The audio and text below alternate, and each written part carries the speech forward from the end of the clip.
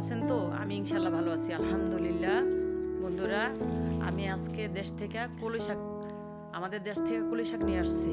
আমি আজকে কলই শাক চিংড়ি মাছ দিয়ে ভাজি করব। মাছটা মাছটা প্রথমে আমি ভেজে নিয়েছি। এখন তেল দিয়েছি, কাঁচামরিচ, পেঁয়াজ, আদা, এটা দিয়ে এখন ভেজে নিব হালকা করে। কলই শাকের পেঁয়াজ অত ভাজতে হয় না, হালকা করে ভেজে নিব। এবার দেখুন আমি কলই শাকটা কীভাবে রান্না করি।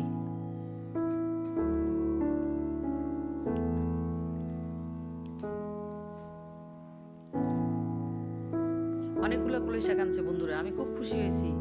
কলই শাকটা আমি অনেক পছন্দ করি, আমার ছেলে মেয়েরা পছন্দ করে, আমার বড় মেয়ে অনেক পছন্দ, ছোট মেয়েরা পছন্দ কলই শাক।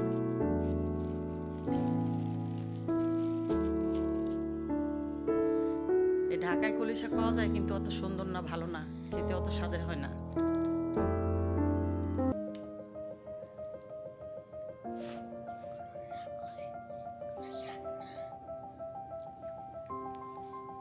আজকে আরেকটা গুঁড়া মাছ চচ্চড়ি করবো, সেটা হচ্ছে আপনার কলই শাকের ভিতরে উপর দিয়া মানে চিংড়ি মাছ ভাজাটা আমি দিয়ে দিলাম। এখন ভালোভাবে নাড়া দিয়ে চলুন আমরা এখন তরকারিটা বসিয়ে দিই। গুঁড়া মাছের চচ্চড়ি, মাছটা মাখিয়ে নিয়েছি আগে ময় মশলা পরিমাণ মতো দিয়ে। এখন তেল দিলাম, আদা রসুন দিয়ে ভালোভাবে ভাজা দিয়ে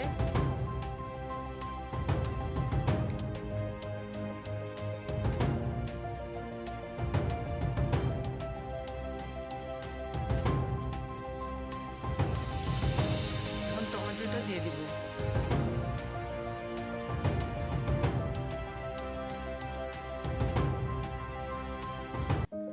আবার আসি কলই শাকের কাছে, দেখুন কত সুন্দর হয়েছে কলই শাকটা।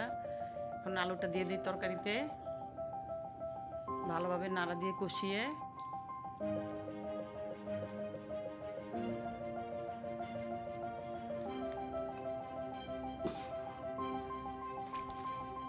এবার মাছটা দিয়ে দিলাম, নাড়া দিয়ে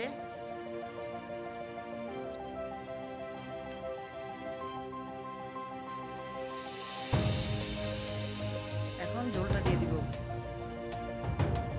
এটাকে এটাকে আমাদের দেশে বলে বুতুম মাছ। আজকে আমি বুতুম মাছ আলু দিয়ে টমেটো দিয়ে চচ্চড়ি করব। শুরুতে একটু ধনিয়ার পাতা দিয়ে দিলাম। বন্ধুরা, আপনারা কিছু মনে করবেন না, আমি ধনিয়ার পাতাটা খুবই পছন্দ করি। কালারটা দেখুন কত সুন্দর এসছে। হালকা আর একটু নামানোর আগে ধনিয়ার পাতা দিয়ে দিব।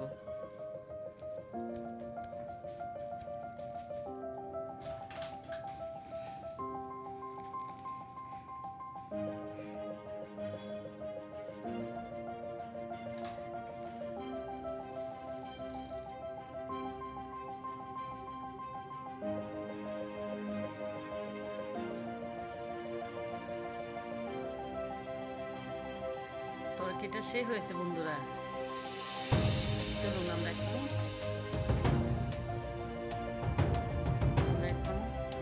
টেবিলে যাই, খাবো। এখন আমরা একটু ভাত নিলাম, তবে খেয়ে নিব।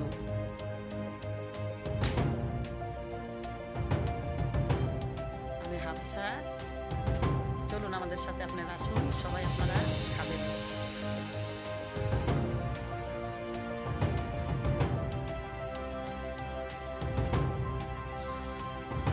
সেই হয়েছে বন্ধুরা, অনেক মজার হয়েছে।